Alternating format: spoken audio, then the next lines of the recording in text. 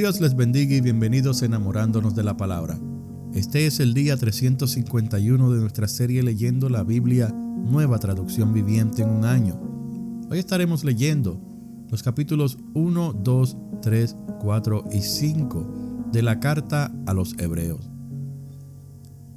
La palabra de Dios se lee en el nombre del Padre, del Hijo y del Espíritu Santo. Amén. Hebreos capítulo 1. Jesucristo es el Hijo de Dios. Hace mucho tiempo, Dios habló muchas veces y de diversas maneras a nuestros antepasados por medio de los profetas. Y ahora, en estos últimos días, nos ha hablado por medio de su Hijo. Dios le prometió todo al Hijo como herencia, y mediante el Hijo creó el universo. El Hijo irradia la gloria de Dios y expresa el carácter mismo de Dios y sostiene todo con el gran poder de su palabra. Después de habernos limpiado de nuestros pecados, se sentó en el lugar de honor a la derecha del majestuoso Dios en el cielo. Esto demuestra que el Hijo es muy superior a los ángeles, así como el nombre que Dios le dio es superior al nombre de ellos. El Hijo es superior a los ángeles.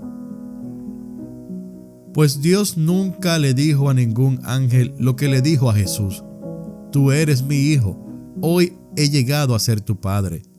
Dios también dijo: Yo seré su Padre, y él será mi Hijo. Además, cuando trajo a su Hijo Supremo al mundo, Dios dijo: Que lo adoren todos los ángeles de Dios.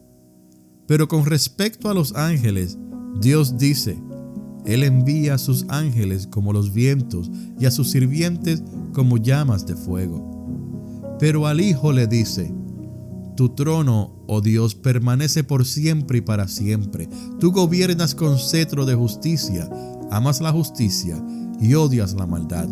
Por eso, oh Dios, tu Dios, te ha ungido, derramando el aceite de alegría sobre ti más que sobre cualquier otro.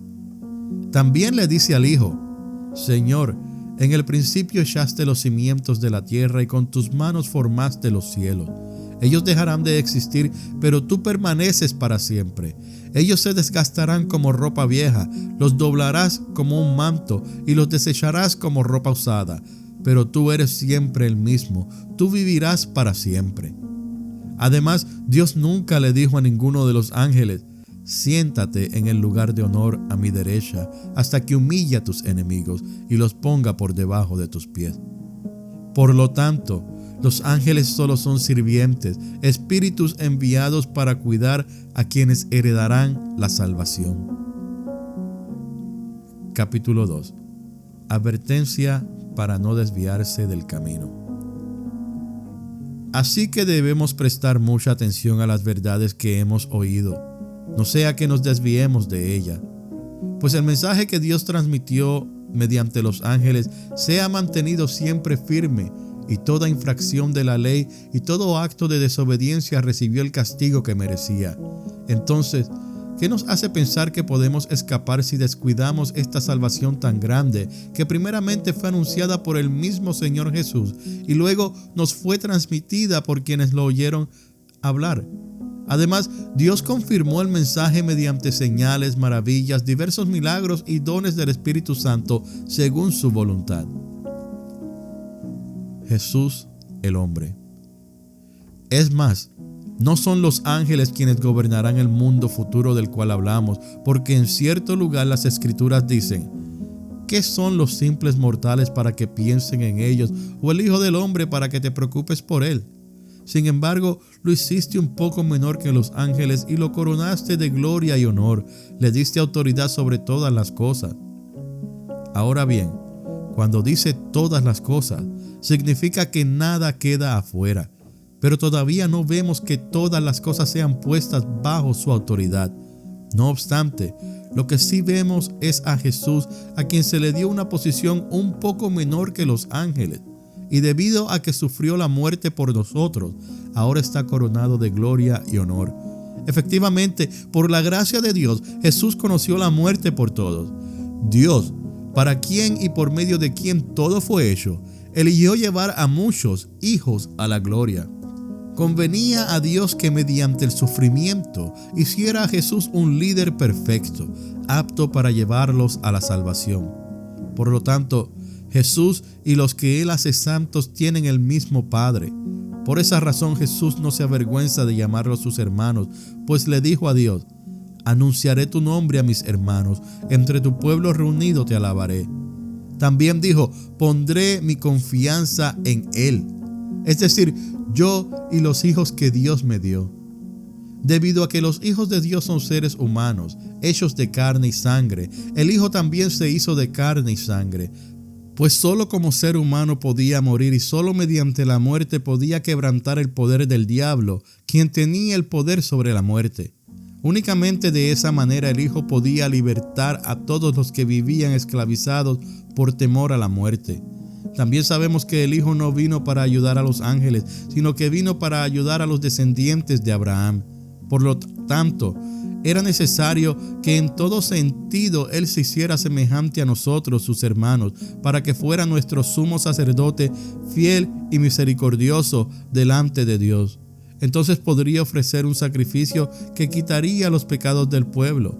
Debido a que Él mismo ha pasado por sufrimientos y pruebas, puede ayudarnos cuando pasamos por pruebas. Capítulo 3. Jesús es superior a Moisés. Así que, amados hermanos, ustedes que pertenecen a Dios y tienen parte con los que han sido llamados al cielo, consideren detenidamente a este Jesús, a quien declaramos mensajero de Dios y sumo sacerdote.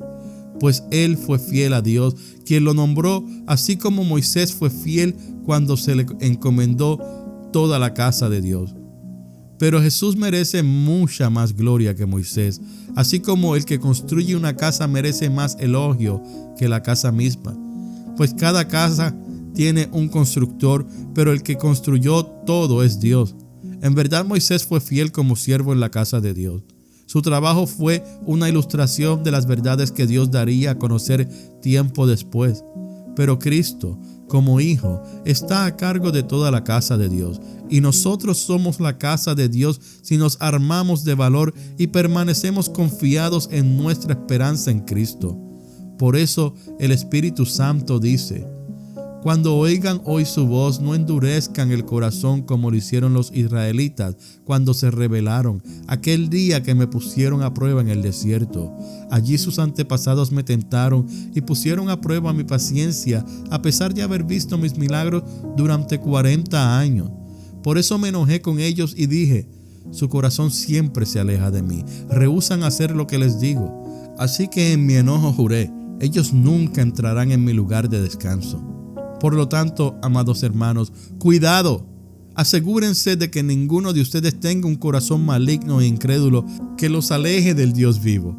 Adviértanse unos a otros los días mientras dure ese hoy, para que ninguno sea engañado por el pecado y se endurezca contra Dios.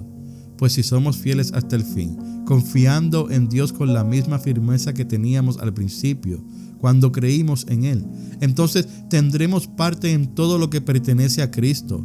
Recuerden lo que dice: cuando oigan hoy su voz, no endurezcan el corazón, como hicieron los israelitas cuando se rebelaron. ¿Y quiénes fueron los que se rebelaron contra Dios a pesar de haber oído su voz? ¿No fue acaso el pueblo que salió de Egipto guiado por Moisés? ¿Y quiénes hicieron enojar a Dios durante 40 años? ¿Acaso no fueron los que pecaron, cuyos cadáveres quedaron tirados en el desierto? ¿Y a quiénes hablaba Dios cuando juró que jamás entrarían en su descanso? ¿Acaso no fue a los que desobedecieron? Como vemos, ellos no pudieron entrar en el descanso de Dios a causa de su incredulidad. Capítulo 4. El descanso prometido para el pueblo de Dios. Todavía sigue vigente la promesa que hizo Dios de entrar en su descanso. Por lo tanto, debemos temblar de miedo ante la idea de que alguno de ustedes no llegue a alcanzarlo, pues esta buena noticia del descanso que Dios ha preparado se nos ha anunciado tanto a ellos como a nosotros, pero a ellos no les sirvió de nada porque no tuvieron la fe de los que escucharon a Dios, pues solo los que creemos podemos entrar en su descanso.